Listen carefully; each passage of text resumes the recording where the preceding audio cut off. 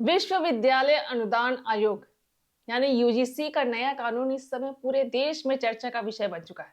इस कानून को लेकर जहां सरकार कहती है कि उच्च शिक्षण संस्थानों में भेदभाव रोकने और समानता को बढ़ावा देने के लिए हम ये कानून लेकर आए हैं, तो वहीं जनरल कैटेगरी के लोगों ने इस कानून का जमकर विरोध किया और उत्तर प्रदेश, मध्य प्रदेश, बिहार और राजस्थान सहित कई राज्यों में इस कानून को लेकर सवर्ण समाज का विरोध शुरू हो गया था।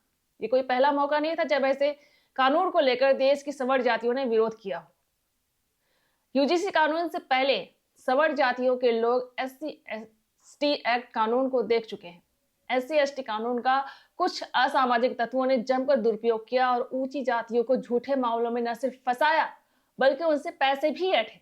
हम ये नहीं कह रहे हैं कि SC/ST एक्ट केस का हर मामला झूठा था, कई मामले सही भी साबित हुए, लेकिन इन सब के बीच में ये साफ तौर पर देखा गया कि इस कानून का कुछ अराजक तत्वों ने जमकर फायदा उठाया और इसका दुरुपयोग करते हुए इसे कमाई का जरिया तक बना डाला। यही वजह है कि अगड़ी जातियों के लोग यूजीसी कानून के विरोध में उतर गए जब SC/ST एक्ट का फर्जी शिकार बने सवर्ण। आज हम आपको SC/ST एक्ट के दुरुपयोग की वो कहानियां बताते हैं जिसमें बेगुनाह सवर्ण जातियों को SC/ST एक्ट का शिकार बनना पड़ा और बिना किसी जुर्म के भी उन्हें तमाम यातनाओं का सामना करना पड़ा। वहीं जब इन्हीं मामलों में सच्चाई का खुलासा हुआ तो पीड़ित पक्ष को बरी कर दिया गया।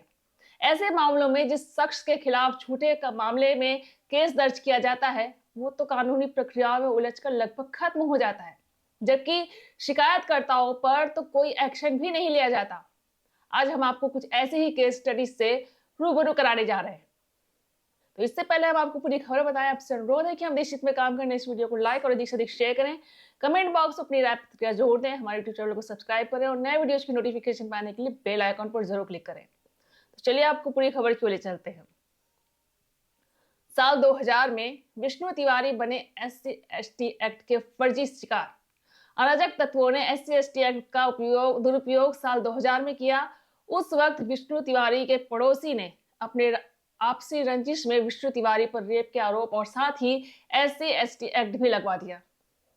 इस मामले में साल 2003 में विष्णु तिवारी को रेप के लिए 10 साल और SC/ST एक्ट के लिए उम्र कैद की सजा सुना दी गई। उस वक्त विष्णु की उम्र 23 साल थी। पुलिस ने विष्णु तिवारी पर IPC की धारा 376, 506 और SC/ST एक्ट की धारा 3(1), 7, 3(2), 5 के तहत मामला दर्ज किया था। 3 मार्च 2021 के हाईकोर्ट ने विष्णु तिवारी पर लगे सभी आरोपों को झूठा और फर्जी पाया, जिसके बाद विष्णु तिवारी को रिहा कर दिया गया। टीचर ने सीनियर को धमकी दी, गैर हाजिरी लगाई तो। जी हां, उत्तर प्रदेश के गोंडा जिले में एक सहायक महिला टीचर ने अपने इंचार्ज को ही SC/ST एक्ट लगाने की धमकी देते हुए कहा कि अगर आपने एक भी दिन गैर हाजिरी लगाई तो SC/ST एक्ट लगा दूंगी। धमकी से परेशान इंचार्ज प्रधानाध्यापिका ने CM, DM, SP और PSA से शिकायत की और इस मामले की जांच कराकर कड़ी कार्रवाई करने की मांग की है। ये कोई नया मामला नहीं है। जब सवर्ण समाज के लोगों पर पिछड़ी जातियों के लोगों ने ऐसे केस लगा दिए या फिर उन्हें धमका कर अनैतिक काम करते आए हैं। 10 दरिंदों ने SC/ST एक्ट की धमकी देकर नाबालिग से किया रेप।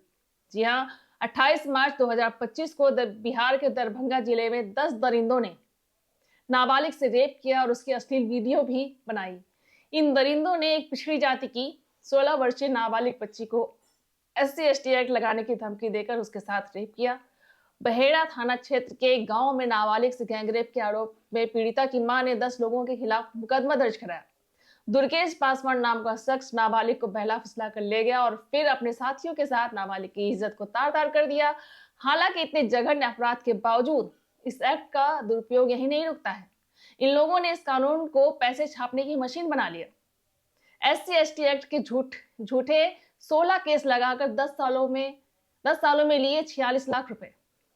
यहाँ सितंबर 2025 में उत्तर प्रदेश के अलीगढ़ में चंद्रावती नाम की एक दलित महिला ने SC/ST एक्ट के 16 झूठे केस लगाकर पिछले 10 वर्षों में 46 लाख रुपए कमा लिए।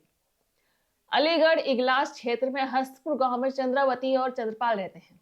इन दोनों ने मिलकर साल 2010 से लेकर अब तक SC/ST एक्ट से फर्जी 16 मुकदमे दर्ज कराए और इस मुकदमे में से इन लोगों ने सरकार से 46 लाख रुपए का मुआवजा भी लिया है। इनमें 5 मामलों में एफआईआर भी लग चुकी है।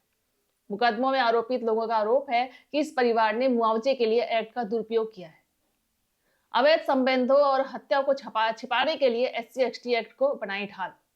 उत्तर प्रदेश के मथुरा जिले में अवैध संबंधों और पति और बेटी की हत्या को छिपाने के लिए SC/ST एक्ट के तहत महिला ने अपने पड़ोसी पर SC/ST एक्ट लगवा दिया। इस केस में महिला के अपने देवर के साथ अवैध संबंध थे, जिसके बारे में पति को पता चला तो पहले दोनों ने मिलकर पति की हत्या कर दी। फिर उसका 8.5 लाख रुपए मुआवजा लिया। फिर 6 साल के बेटे ने जब चाचा और मां को आपत्तिजनक स्थिति में देख लिया तो बेटे की हत्या कर उसका शव कुएं में फेंक दिया। अब बेटे की हत्या का आरोप पड़ोसी पर लगा दिया और बेटे की मौत का मुआवजा भी लेने की फिराक में थी। बाद में पुलिस की जांच में पूरी सच्चाई सामने आई और इनका भंडा फूटा। SC/ST एक्ट की धमक से लोगों से पैसों की वसूली तक। जी हाँ, महाराष्ट्र के पुणे में सौरभ कुमार की एक व्यक्ति से बहस हो गई और उस व्यक्ति ने सौरभ कुमार पर SC/ST एक्ट के तहत केस कर दिया और इस केस को वापस लेने के लिए सौरभ कुमार से 1 करोड़ रुपए की मांग की गई। इतना ही नहीं, बैंक और स्कूल भी इस SC/ST एक्ट के आतंक से नहीं बचे हैं। एक दलित व्यक्ति ने एक्सिस बैंक से 10 लाख रुपए का लोन लिया और जब बैंक ऑफिसर लोन वसूलने गया तो उस पर SC/ST एक्ट का केस कर दिया। ऐसे में SC/ST एक्ट से बचने के लिए लोग ऐसे अराजक तत्वों की धमकियों में आ जाते हैं और इस कानून का दुरुपयोग करके वो उनसे पैसे भी हटते हैं। ऐसे हजारों SC/ST एक्ट के केस हैं जिससे हजारों लोगों की जिंदगियां तबाह की गई हैं। एक विशेष समुदाय की जाति को संरक्षण देने वाला यही कानून दूसरी जातियों के अस्तित्व के लिए खतरा बन चुका है। संविधान तो बराबरी का, लेकिन कानून और कानूनी प्रक्रिया अलग अलग क्यों? ऐसे मामलों में सबसे बड़ा सवाल ये उठता है कि अगर आरोप साबित होने वाले आरोपी को 20 साल कैद की सजा होती है तो आरोप झूठा साबित होने पर आरोप लगाने वाले को सजा क्यों नहीं? जिस कानून को अनुसूचित जाति और जनजातियों के लिए ढाल बनाकर लाया गया था, उसी कानून को आज सवर्णों के खिलाफ हथियार बना दिया गया है। इसलिए समाज भी सरकार से ये सवाल पूछता है कि जब संविधान सबके लिए बराबर का हक देता है तो फिर कानून और कानूनी प्रक्रिया सबके लिए अलग क्यों है? आपसे अनुरोध है कि वीडियो को लाइक और अधिक से अधिक शेयर करें, कमेंट बॉक्स में अपनी राय प्रतिक्रिया जोड़ दें, हमारे यूट्यूब चैनल को सब्सक्राइब करें और नए वीडियोस की नोटिफिकेशन पाने के लिए बेल आइकन पर जरूर क्लिक करें।